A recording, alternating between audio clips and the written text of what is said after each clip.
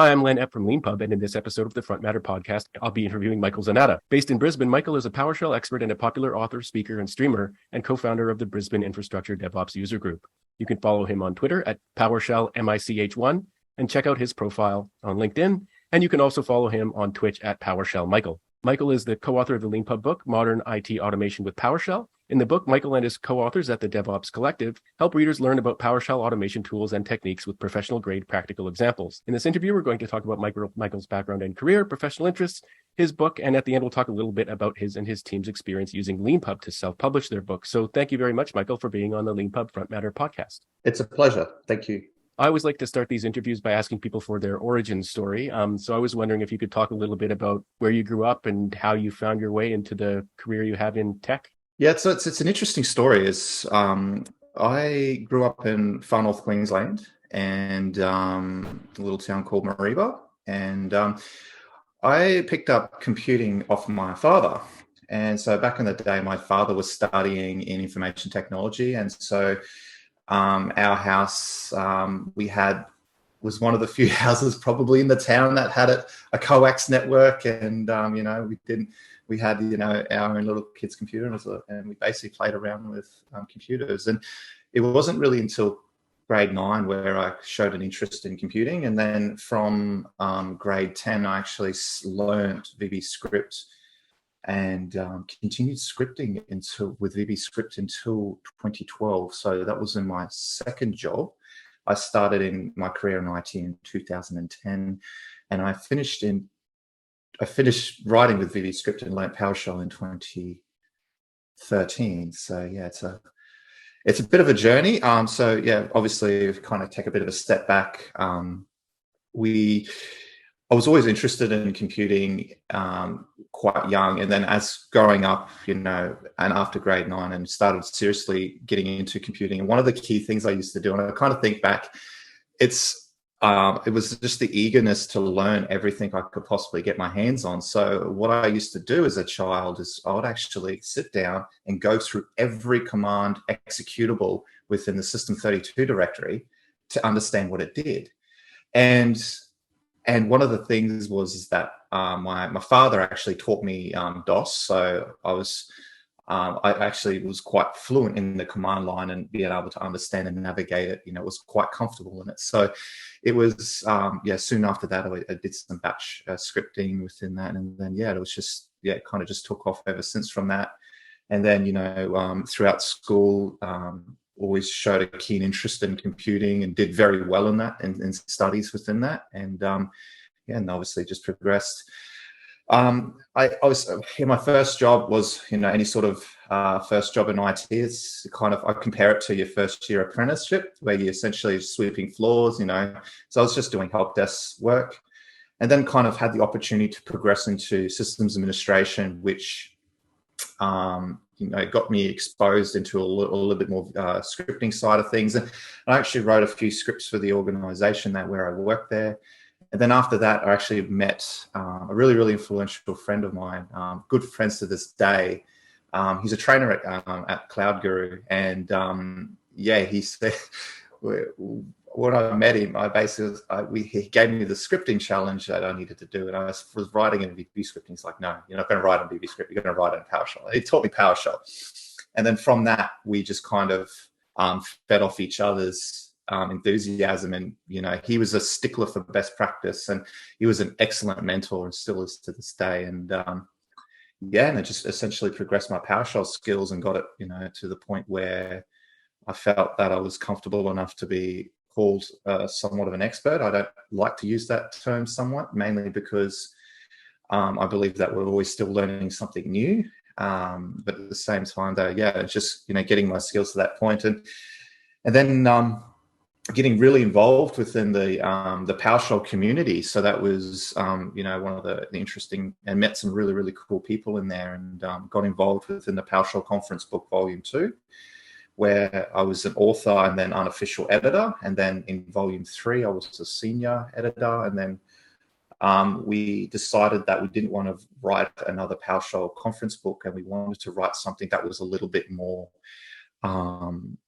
the PowerShell conference books were a little bit too advanced for a lot of the wider community. So we kind of wanted to write an intermediary book where essentially there's it provides some of the key fundamental steps that can get you, kind of bootstrap you into that more advanced state. So yeah, and that's pretty much where I'm at today.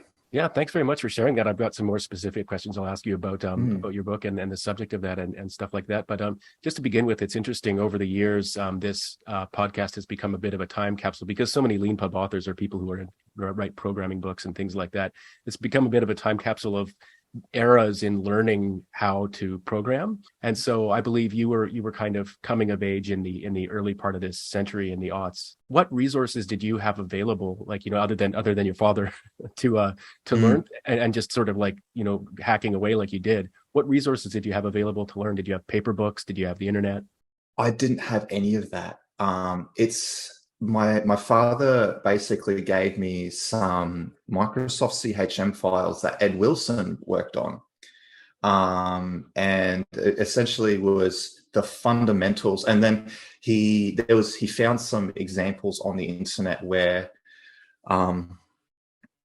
they had like a little collection of scripts where they could do different things with the WMI and things like that. So that was how I learned to write code. It was really, for myself, it was a baptism of fire. But it's kind of funny because I learned to write VB script in grade 10. By grade 12, I was incredibly fluent in it. And one of the projects we worked on was VB.net within class. So, making the step was just a no-brainer. I still didn't fully understand the fundamentals in terms of how to structure code, in a way that's maintainable, what I would call maintainable. There was no testing back then.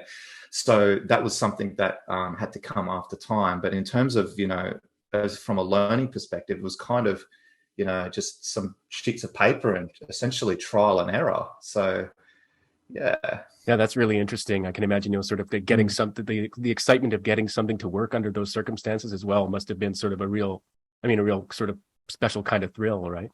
Yeah, it was the biggest highlight for myself. There was two big highlights, but the one that I had in school was this. When I was in school, as I wrote this really, really rudimentary program. It was in VB script, which essentially acted like a client server. So you could actually send commands to the server and it could do things. And it was, it was not pretty, to say the least, but it worked. And it was such a thrill to see that work. And the other one, which I wrote, was like a chat program, so you could, like an MSN Messenger. And obviously, these kinds of languages are not multi-threaded, so I kind of had to invent my own means to be able to have a multi-threading implementation. Again, it wasn't good, but the thrill of it was, to see it work, and then I thought, hey, how, let's see if I can write some encryption for it. And so, again, write some. I didn't know what encryption was. I didn't know there was I didn't know how to access the libraries to be able to just basically encrypt a string. It essentially was write something myself. And I would probably use the term obfuscation. It wasn't encryption. It was more obfuscation. And essentially it would just obfuscate the string. And you could actually have multiple, the way that it essentially worked is you could actually have multiple concurrent sessions with different users talking to each other on the same server. So it was, for being a kid, you're kind of like thinking this is actually, really, really cool. So yeah, and even to this day, I kind of think it was really cool. I could probably rewrite it in a way that would be, a lot better, but it'd be better. But at the end of the day, it's Yeah, that's a really great story. And I really like the passion that one can have, when one's learning these things, and the magic of being able to do it. And that's exactly right. It's nothing is more satisfying than to have the satisfaction. It's satisfying to see the project come to life. And it's kind of funny is that it changes throughout time. So, within, I wrote on my LinkedIn very, very long time ago. It was probably in 2015. I wrote an article on essentially a systems administrator rudimentary pixel aimbot for Battlefield 4. And I did it as a just kind of a proof of concept. Can you do something like this? And I took some of the learnings that I had from VB scripting and I moved it into PowerShell. And, being able to use the language, it allowed me to get things done a lot easier. But it worked. It not great. It wasn't a great solution, but the concept worked. And like seeing that, just seeing the seeing the program running in the background, and then literally the crosshair just immediately go to a person's head. Right. It's just that remarkable piece of engineering and thinking, hey, I've actually managed to do that and then overcome so many obstacles. And I think fast forward to today, especially with this book, I've been working on this book. We've been working on this book since 2020. And it's just that thing that, being able to actually just keep pushing forward. And then the excitement of actually seeing that you've managed to create something so extraordinary. So yeah, I'm really curious to hear more specifically about the book and the process about how it came about a little bit later on. But before we do that, I'm just moving on in the stages in your career. So you were sort of like learned a lot in high school and stuff like that, and then you reached the point where like it's time to, there's this sort of path, right, where it's like get a job or go to university. I'm just looking at your LinkedIn profile here, and I gather you sort of went and got a job. And is that right? Yeah. It's very interesting. I went and did a advanced diploma in information technology, and my high school score wasn't good enough to go straight to university. And I actually think that was a kind of a blessing in disguise. And the reason why I kind of say that is because I went and did an advanced diploma, and towards the end of it, I thought, is this something I really want to do? And it's something that I think that for myself, it's something that I thought long and hard about it. And I thought, should I go and do something else? And I thought, hey, maybe I should just go and, I wanted to go and do electrical engineering within the Army. And that was something that kind of piqued my interest for a bit. And then, essentially I kind of realized that I'm truly passionate about, and something that I needed to essentially, I think that if I was to be able to continue to pursue it and get to that nirvana, I'd be able to, I'll never have to work a day in my life. And I kind of still see that in the sense that, I get to do what I love. So I never work a day in my life. I just get to go to work and play around with PowerShell and teach people about it and, make people's lives easier. And that's what I'm passionate about. So, so essentially after the advanced diploma, it was going to be a trip in, essentially, I would have to go into university. And I thought about that and I thought, do I want to go and spend another 4 years studying?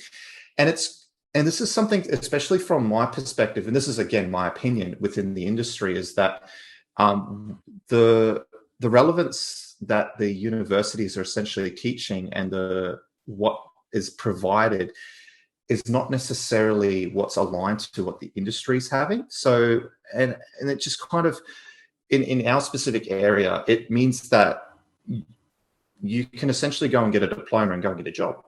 There's nothing wrong with that. The degree, adds a little bit more to it. Some organizations will be wanting to hire specifics on a degree, but most people don't. They essentially, what they're looking for is industry certifications and, skills associated to that. So, and that's one of those things that, for myself, I think I could have, a formalized study could have made it a little easier for myself. But at the same time, though, I'm a bit of a stickler for going the extra mile. So spending a bit of working a little hard to get somewhere. So I think that adds, from that perspective, the adversity is kind of something that I actually enjoy. So. Yeah, thanks very much for that explanation and that story. It's you sort of, without me having to ask you, you answered a version of a question that comes up on this podcast a lot, and which is like, there's a matrix of went to university, didn't go to university, regret, don't regret. You know, I talk to people all over, and for a lot of people, particularly, I think if their passion is to do the work, you know, getting out there into the world and doing it is the best thing ever. And, you know, sort of for years in university can seem like just sort of delayed time. But I wanted to draw attention to something that people might not know about. And this is a way of getting to ask you a specific question. But the industry certifications that you mentioned are incredibly rigorous and difficult for people who don't know. It's not easy to get these kinds of certifications. And maybe we'll get to talk a little bit more about what that experience is like a bit. But if you could, for example, for our audience listening, there might be, and I'm sure you get this question at the pub table or the in-laws or whatever, but what does a systems administrator do? That's actually, I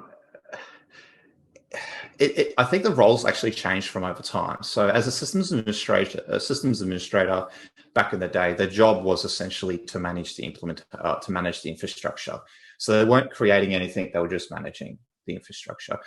I also know that systems administrator it means a lot. It means it can be different in different roles. So for instance, I know that in one role, it can be you are an engineer, which essentially is, you know, you're creating stuff.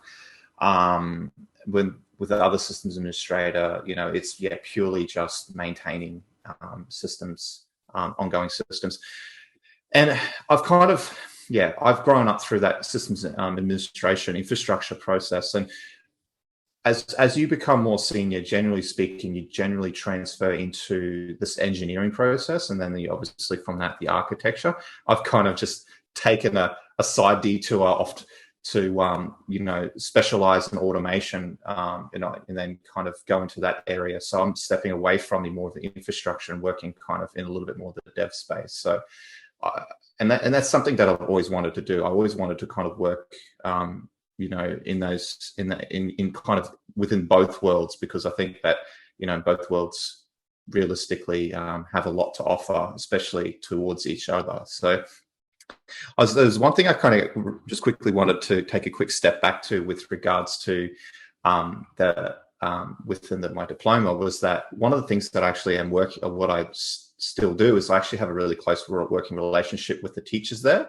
And so I occasionally will go there out of my own time and just go and talk to the students about PowerShell and a little about, you know, IT life and what to expect, and, you know, just kind of offer some, you know, basic nuggets with regards to that, and just tell them some funny stories about, you know, things about, you know, that I've done that are, you know, really kind of quite silly, but, you know, it's just, and the other thing, which is really quite cool, is to be able to sit down on the industry panel and be able to sit there and offer, you know, to be able to review the course curriculums and be able to actually say, okay, this is the emphasis that we want to be able to place on, you know, and kind of provide a lot more, you know, guidance around that specific area. So that's, something else that I work on. It's something that I thoroughly enjoy as well. And one of the things I am planning to do is, once I do get the final paperback version, I'll sign it. And I actually, once I'm finished reviewing it, I'll sign it and I'll send it to those teachers as a thank you, because, you know, from what they've done for me, and obviously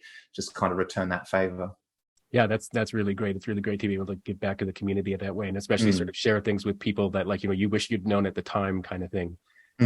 And maybe the sort of even the sort of like out in the field kind of cutting edge stuff that maybe the teachers aren't sort of themselves fully up on it, because that's just not what they're doing. But just for people listening, so when we're talking about infrastructure and architecture, we're talking about computing, IT, hardware, architecture and infrastructure and code and things like that. And I was wondering if you could talk then in that context about, so basically this is like the kind of work that makes everything just go, right? The kind of magical work, like, to those who don't understand how it works. It's like, why can you go on the internet and do all these crazy things? Well, it's because there's people out there who are making it all work. And that evolves over time. And so I was wondering if you could talk then in that context about what is PowerShell? Imagine you're explaining to someone who doesn't know how to program or anything like that. What are you working with when you're working with PowerShell, and what are you trying to do? PowerShell, the best way I'd like to describe PowerShell as to anyone is, it's an automation language. It essentially has two features.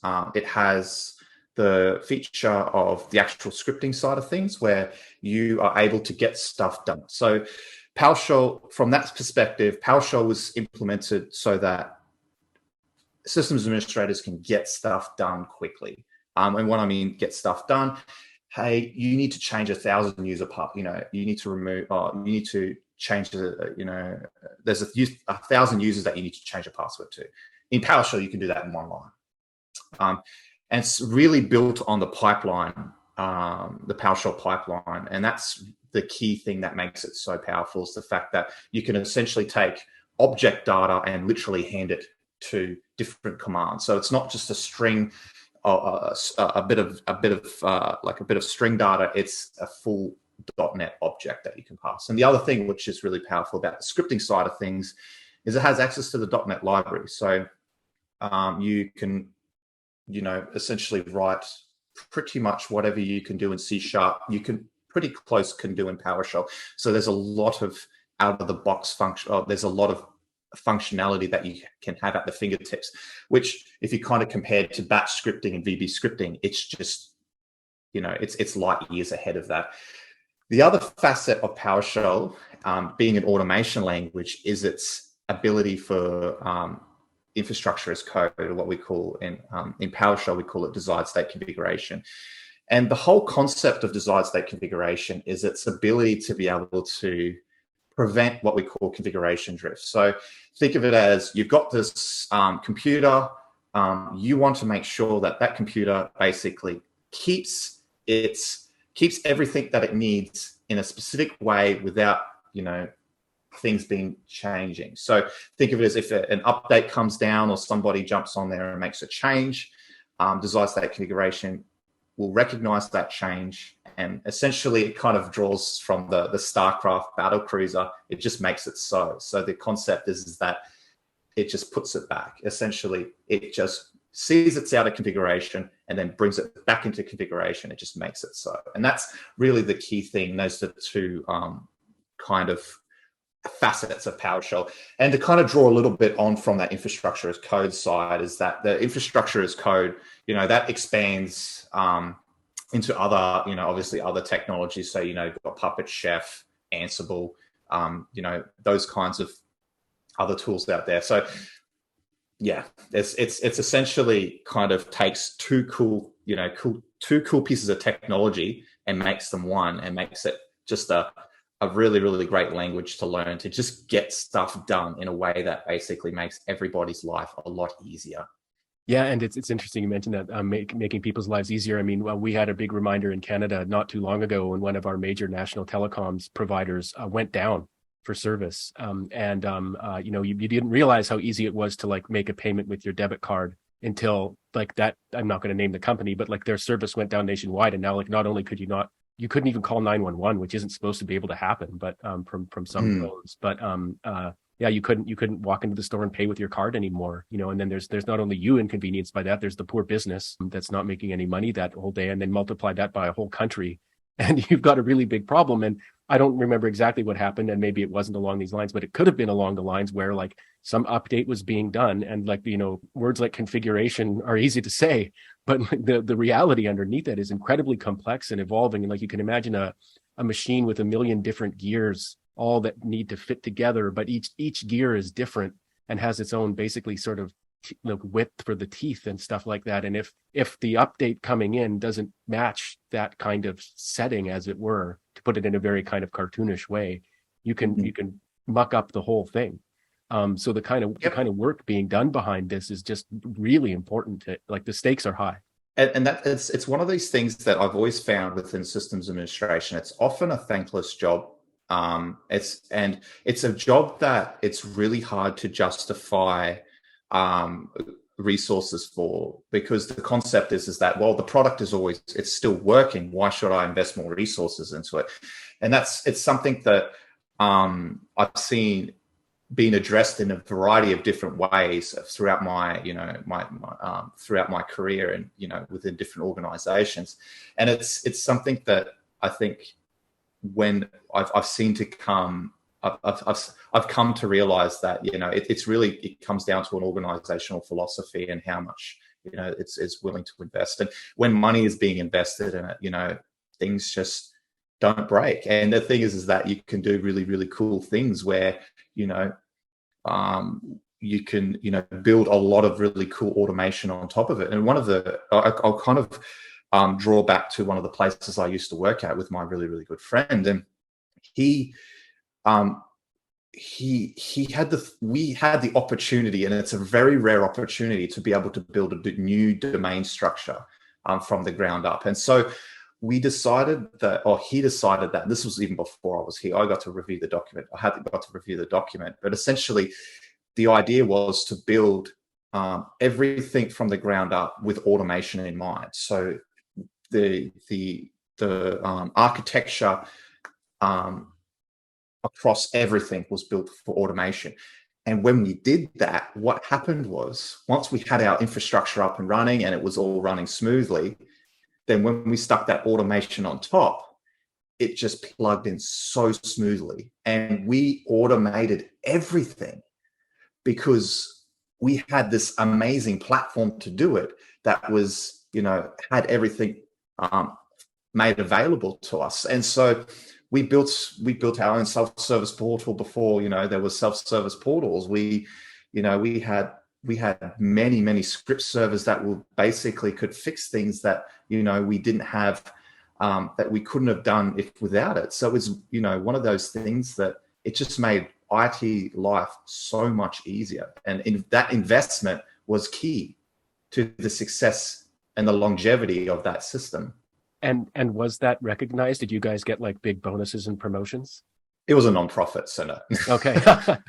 But I just bring it up because you did mention the thankless job, and it's this kind of work is something I have my sort of clever formulation is it has invisible success.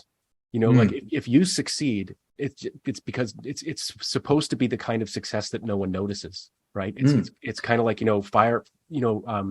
fire codes. Like that like, so like if fire codes are made and followed and maintained, things don't burn down, but the person who prevented it from all happening doesn't hopefully get in a way you kind of don't want them to get recognized, because you want it to just be a part of life, that bad things don't happen and that good things can happen. And so it's interesting that like you can be the most important people at the company and not regarded as such. Yeah. And it's one of the things that to kind of draw on that was I recently gave a demo to a company I've kind of been doing some doing some work for, and the whole concept is they have a service that you can be able to run PowerShell scripts via the website. And I wanted to be able to take infrastructure as code and their website and eventually marry them together. And I explained it to him. I said, I'm going to demo you the process that it's going to take to create a new virtual machine. And it's going to be remarkably boring. And that's because all the automation that's been under the hood to make it remarkably boring, to make it mundane, to make it look like, it's something like, like an iPhone where essentially, it just works. The automation and the logic that has to go behind it to get it to that point, essentially that's the cool part. That's the part where you'd be able to actually write that piece of code to be able to do some incredible things with it, to make mundane automation where a person doesn't even think twice. They think, oh, okay, I need to create a new virtual machine next. That's not something for them is quite special. But then for the people that actually know it, under the hood, it's a completely different thing. It's the problem solving that is required. And it's another good example is just taking an operating system, for example, is that, it has to have the ability for, to be able to communicate with variety of, just some different hardware devices and be able to, effectively communicate with them. Recently, I spent last night, I've recently going to be looking at buying a little KVM switch for my computer here and for my work laptop. And I've been really diving into the detailed spec of DisplayPort, and I'm realizing that the spec is remarkable. It's actually a very, very interesting piece of technology, but then actually looking at what the challenges that people actually have to make within a DisplayPort cable to be able to. A good example is DisplayPort compression, where essentially the bandwidth is, if you've got, let's say, a 4K panel at 120 hertz, the bandwidth that's available on that DisplayPort cable is actually not possible for you to be able to do that. So what they will do is actually natively compress the data that's being sent to your screen, and then essentially the monitor will decompress that and display the image. So you can squeeze a lot more bandwidth on that wire. And there's things like overdriving the cable a little bit, and yeah, it's just really, really quite interesting, especially from seeing the nuances that things have to go through to just make things just work. That's exciting. Earlier on, you drew a connection between making things like that work and making things like a book happen. So just moving on to the next part of the interview to talk about the book, Modern IT Automation with PowerShell. Just very briefly, I was wondering if you could talk about who the book is for. Who's the intended audience? So within the community, we have what we call the baseline book, which is generally recommended across for everyone, which is essentially PowerShell in a month of lunches. This book is really kind of serves as an intermediary resource where it kind of takes what the learnings you have from PowerShell in a month of lunches, which gives you the basics. There's no point trying to reteach what's already being taught. I've kind of gone through that a fair bit. But the idea is that it takes the key things that we use on a day-to-day basis as a normal systems administrator, as a scripter, and be able to actually provide them or add that content into the book. So it essentially makes the person a better coder, a better scripter. And that really kind of serves as that stepping stone if they basically choose to go and buy a PowerShell conference textbook. And those a conference book. Those books are very, very deep dives. There's in the PowerShell conference book, volume 2, one of the authors does a deep dive into PowerShell tokenizer, which is a very, very interesting read about how PowerShell actually parses it within C#. So the actual C# class itself. And so, from a generic reader will just look at that and go, this is, is a little bit too over my head. But at the end of the day, though, it's just that a really great intermediary gap that kind of serves between, as the basics as well as the advanced. And it really we try to kind of combine a variety of different things within there that, within the PowerShell community, it's common practice, but things like just, testing your code, things like refactoring your code to be, to essentially just remove nested statements, so not thinking about writing code differently. So rather than from a perspective of just, write something as an input output, but thinking about how to structure it in a way that's a little bit easier to read. So, if you come back 2 months later, you're going to still look at it. And then, and then just be able to, write better comments, things like that. So, and that's something that where I find that it's really beneficial, especially for other people to kind of, grasp that concept. There's other things in there which I really wanted to place an emphasis on was PowerShell security. So, and one of the key things within the book is that we do deep dives into constrained language mode. We do deep dives into what we call JEA, or just enough administration, and it's really, really making sure that the concepts are fully grasped, because from obviously within today's environment, especially with what's happening with the cybersecurity side of things, those chapters have never become more important, more relevant. So it's something that I really wanted, and I've spent a fair bit of time on the constrained language mode chapter, making sure that, and the JEA chapter, making sure that, it's everything that a person needs to know. But it's even more than that. It's also thinking about, best practices with regards to that, thinking like, okay, how am I going to implement role configuration within a domain environment, Windows environment? How is that going to look like? And so essentially it's describing those kinds of, architectural decisions that have to be made to be able to get it to that point. So that's really kind of the approach that we took to that book. And on Leanpub, you mentioned community a couple of times, and that there's actually a very specific meaning part in a sense to that here with this project, where your co-author on Leanpub is the account for the DevOps Collective. Yep. And they've got a bunch of books on Leanpub, and I was just wondering if you could talk about that, about how did the idea for the book come about? Was it your idea, and you were already part of the DevOps Collective, or did they bring you in? I'm just not familiar with the story myself. Yeah, so it was an idea that I had, but I worked on the PowerShell conference books, volume 2 and volume 3. And so after volume 3, I had a chat with one of the senior editors, and I thought, I'm not ready to get off this ride. And the other thing was, I wanted to write a book that I think we've written enough PowerShell conference textbooks. What I wanted us to do was write something that was different. We wanted to write, conference book, not textbook. I don't know why that word just gets inserted into. It's not a textbook. It's just a book.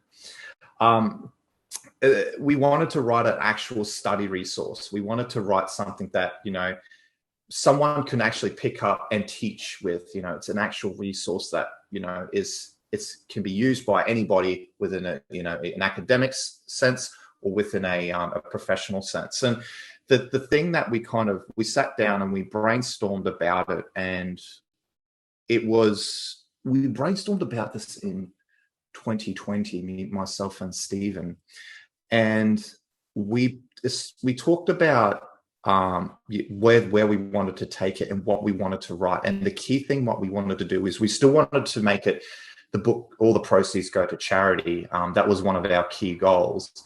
The other thing which we really wanted to do was basically write a book that really emphasized on best practices on what the community was doing. And that's really what we kind of tried to put as much into this book as possible. And throughout the development of the book, one of the really cool things was that we always take our learnings from the previous conference books, but we apply the DevOps mentality to the book. And what we did was we essentially our book was essentially written, within GitHub using pull requests, code reviews. We had automatic linting in place, and that was really, really quite it really helped the book progress quickly compared to having a traditional Word document, having manual kind of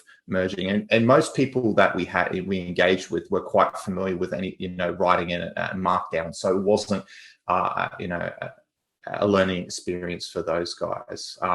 Where it became a bit of a learning experience for us was really starting to understand and pushing the limits of what LFM can actually do technically to be able to achieve what we wanted it to do. So yeah, I'd actually like to talk to you about that. That we leave this part where we talk about like the kind of in the weeds of writing and publishing for the end of the interview. And believe it or not, there are people who skip to the end to learn about that stuff because it's just interesting to them.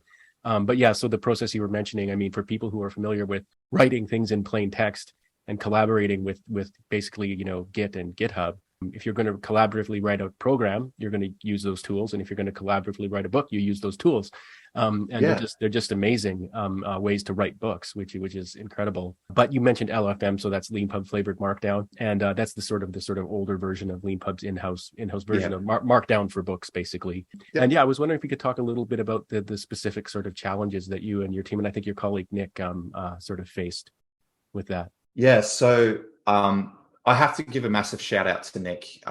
He is an absolute gun. He solved a lot of our issues, and we've had these issues throughout the book. And these are issues that what we did was we approached the book in a way that when we structured our authoring and our editing, we would weed out as much as we can within our linting process, and then the rest will just have to be weeded out manually. And so what happened was the first big issue was margin issues that plagued us in volume 2, where essentially if you had a single line, if you had single word code blocks within a sentence structure, it can potentially cause margin issues where the words would actually trail off the edge of the screen. So things like that. And we addressed those post-editing within the former PowerShell conference textbooks with just by simply putting, our testing process was literally just, holding a ruler up on the side of the screen and scrolling down and looking for any sort of words that popped outside the margin. And that, it worked, but it was still quite a challenge. And the reason why was because, you could kind of try and hyphenate words, and we had processes to be able to kind of force a new line and, things around that. But the problem is that sometimes we just had to rewrite sentences to actually make them fit. And that was a really big challenge. Fast forward into this book, we didn't have that issue as much. And the biggest issue that we had was our margin issue was for our annotations at the bottom of a page. They would go off the side of the screen, and it was GitHub. And we would be referencing a specific blob within GitHub's URL, and its URLs were incredibly long, and it was very, very hard to break them. And we figured out we could actually insert HTML into, Nick actually figured out you could insert HTML into those into the string. It wouldn't break the annotation, but it would allow us to insert spaces to be able to eventually force Leanpub's compiling process to create a new line. And so that's how we got around that. And we had to continually go back to fixing those issues because we would be changing URLs all the time, and then the spacing would kind of get pushed out of whack there. And the other spacing issue which we had issues with was the within our code blocks. And so we essentially wrote a piece of code that would look at multi-line code blocks, evaluate the code, look at the length of the code, and it would run a whole bunch of other unit tests against them, looking for specific issues with regards to, I know there was length, there was, I can't even remember them now. There was a number of different things that we were looking for. But the key thing is that it enabled us to fix entirely all our multi-line code block line issues. And the other thing which we found, which was really, really good, was that to make sure that if there was an issue, we just shrunk the text for our code blocks by one size. So it would give us that little bit of extra real estate if they needed it. So it wasn't something that would particularly, be a breaking issue within the book. You would just see it slightly smaller, but you wouldn't see it run off the side of the page. And that was something that we did as well. The index was a really big challenge. And that was something that I really hummed and hard about even developing an index. And we thought about maybe do we take the PDF and then basically republish it after we give it to an indexer to, manually index the book. And we decided that we were going to include the index into the build process. And I'm going to kind of talk generally speaking here because Nick is the guy that wrote the code, and it's very, very in depth. And I haven't had time to look. I didn't actually look at the code. Was essentially the way that it worked was that it would, and Nick can correct me if I'm wrong, but the way that it worked was it would go to the latest build it would go to the URL, the latest preview URL on Leanpub, and would download that PDF, and then it would essentially parse that PDF as an object within C# as a .NET object within PowerShell. And then at the same time, what it would do is it would go and grab the markdown, and it would go and grab the markdown and essentially match the two side by side, which if you kind of think about that, that's quite remarkable. And then what we did was we had a CSV file where essentially we could write within that CSV file a specific, we could write headings. So we'd have 3 types of headings. And then we would essentially write a regex string that would associate that that specific pattern to those items. And you could also, on top of that, exclude specific patterns that were found. So if you wanted to kind of narrow the search results that you've kind of found, you can also do that within there as well. And you would run the script, and it would basically compile an index. And the key thing with the index was that, and this is something that is quite remarkable, was that it needed to preserve.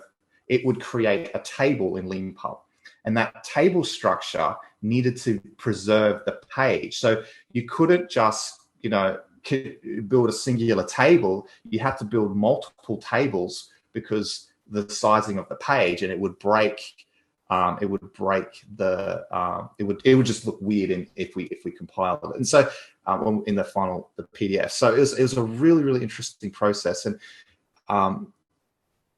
it's something that even to this day I'm genuinely blown away with by the logic that had to be written. Essentially, you're kind of decompiling a PDF to be able to, and then associating it to a markdown, which is something that, it's just remarkable. So yeah, hat off to Nick. Massive, massive shout out and huge thank you. He was an instrumental member in that, and he's an absolute regex gun. So yeah. Well, thanks very much for sharing that. We often like to say we've got the best customers, because we've got in the book publishing industry, because they're programmers and they can solve these incredible problems. We like to solve problems. Yeah. The sort of flip side of that is that sometimes Leanpub authors go out and solve all these problems, and then it's a one-off, because only they have their solution. And so, one thing I should mention is that, but that's just amazing. That's just amazing. In Markua 0.30, which isn't fully implemented yet, but is the sort of successor to LFM or Leanpub flavored Markdown, we will have indexing support. And I mean, it won't be anything probably as at least to begin with, as kind of fancy as what you guys did, but we do have that concept. So hopefully everyone won't have to sort of reinvent this very, very complex wheel. Yeah. Every time. Indexes should just work in Markua 0.30. And that's one of the things that we do have. So everyone has kind of taken a bit of a hiatus at the moment, which is a well-earned break. And one of the key things that we are still going to do a review and retrospective on what went well, what didn't go well, what we need to improve for the future edition. And one of the key things that we have already on our to-do list is move off LFM into Markua. And that is, at the end of the day, though, why we think it's going to be something that, at the end of the day, we're going to need to bite that bullet. So it's, it's not something that I think it's going to be that difficult to migrate across. I think there will be some sort of, there'll be formatting issues within there. But at the end of the day, though, it's something that, we've got, if we can write an index, we can address these problems as well. So yeah, no, definitely. I think we have the capability of being able to deal with that. We just have to kind of get inventive, and that's what we had to do. Yeah. So, yeah. Yeah, that's great. That's great, actually. And then the last question I wanted to actually ask you about the book is, and you mentioned kind of in passing that the proceeds go to charity, and that's they're going to something called the DevOps Collective OnRamp program, providing scholarships to conferences and training for underrepresented demographics in IT. And so I was just wondering if you could talk a little bit about that. Yes.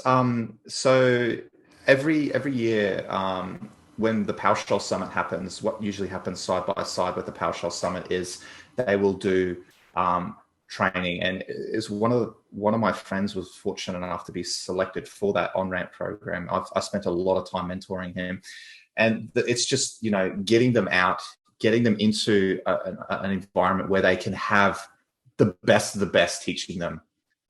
They can ask all the questions. It's, from an accommodation point of view, it's free, they'll pay for flights, everything, just to be able to get them into that room, to be able to teach them what they need to know. And that's incredibly valuable. They can walk away with the experience. But the other really important thing is they get to meet a lot of really cool people to be able to help them along that journey. And there's a lot of people there that are willing to mentor them, that are really willing to just, invest as much time and effort into them to help their career. I think Don Jones used it perfectly, which is in the book called Be the Master, is that the concept of giving back and the idea of the apprentice and becoming the master. And once the apprentice becomes the master, it's the master's responsibility to teach the new apprentice. And it's the same kind of philosophy that I apply with regards to, teaching, investing in, our younger generation, because these guys are going to be the ones that are going to come through and investing in new and cooler things that I can't even possibly imagine. So that's really what the concept and why we wanted to, why the DevOps Collective have really kind of put that on-ramp program in place, is just to, help get these people, who don't have access to, computers, or, who don't have access to, who are underrepresented, to give them the tools and the bootstrap process to get them into, a really good, to get them into a job and kickstart that career. And, who knows, they might be, running that in 5-10 years time. So, and that would be the, amazing. So it's kind of funny, because with my friend, I've spent, I spent a lot of time trying to, mentor him, and, and he essentially finished an apprenticeship, and they said, no, we don't have any, jobs for you. And so I said, hey, go and do IT. And we basically live streamed our PowerShell journey, and it was kind of really, informal in that sense. And we, really just drove his career forward. And I'm really proud of him. He's doing a lot, and he's kicking goals. So yeah. Well, that's just great. That's what a great program, what a great initiative, and what a great sort of, reasoning behind it, as you said, from Don Jones's book. And that this idea of like passing one obligation you have is passing it along so someone else can pass it along to their next generation. And that's just amazing. The last question I always ask on the podcast, if the guest is a Leanpub author, you've all basically already answered in a way, which is it's if there was one thing we could fix for you, or one thing magical feature we could build for you, what would you ask us to do? But in addition to all the problems that you solved yourselves, is there anything else that you can think of that you would ask us to build or fix for you? Apart from all the indexing, things like that, I think it's a really tough question, because the one thing that I would like it's one of those things that, for myself, it's you don't generally encounter these issues until you're attempting a project, and so it's always the review and retrospective of the current issues. So from a future, to kind of address future issues, it's going to be really kind of a, we've already discussed the review, what we found challenging and what didn't work, and it's something for myself. We're not going to really know until we start to hit those issues. And I think probably the thing for me would be, and I would have to reiterate, it would be indexing and margin issues. I think annotations, I think it also has issues within Makura. I can't remember if that's the case, but that's one thing as well. And yeah, so that's probably, I know that obviously Makura has a lot more of the features which we wanted to make use, so like exercises and things like that. And so the future for the book essentially is to what we're wanting to do within the idea is that what we want to do for our second edition is to actually also write an exercise lab manual with it as well. So it's kind of, the two books side by side, and be able to have all those exercises and things like that within that. So it kind of simplifies a lot of the book, so that's future Michael's problems. Well, if future Michael ever wants to get in touch with future Len, please don't hesitate to reach out about any issues or questions or anything like that. I mean, sometimes we might be able to sort of like, answer a question that'll save you a few hours of poking around. So if anything like that ever does come up, please let me know. But Michael, thanks very much for taking time out of your day to talk to our audience about your book and about your background and your interests in PowerShell and everything. And thanks very much for being a pleasure. Oh, thank you so much. It's been a pleasure. Thanks. And as always, thanks to all of you for listening to this episode of the Front Matter podcast. If you like what you heard, please rate and review it wherever you found it. And if you'd like to be a Leanpub author yourself, please check out our website at leanpub.com. Thanks.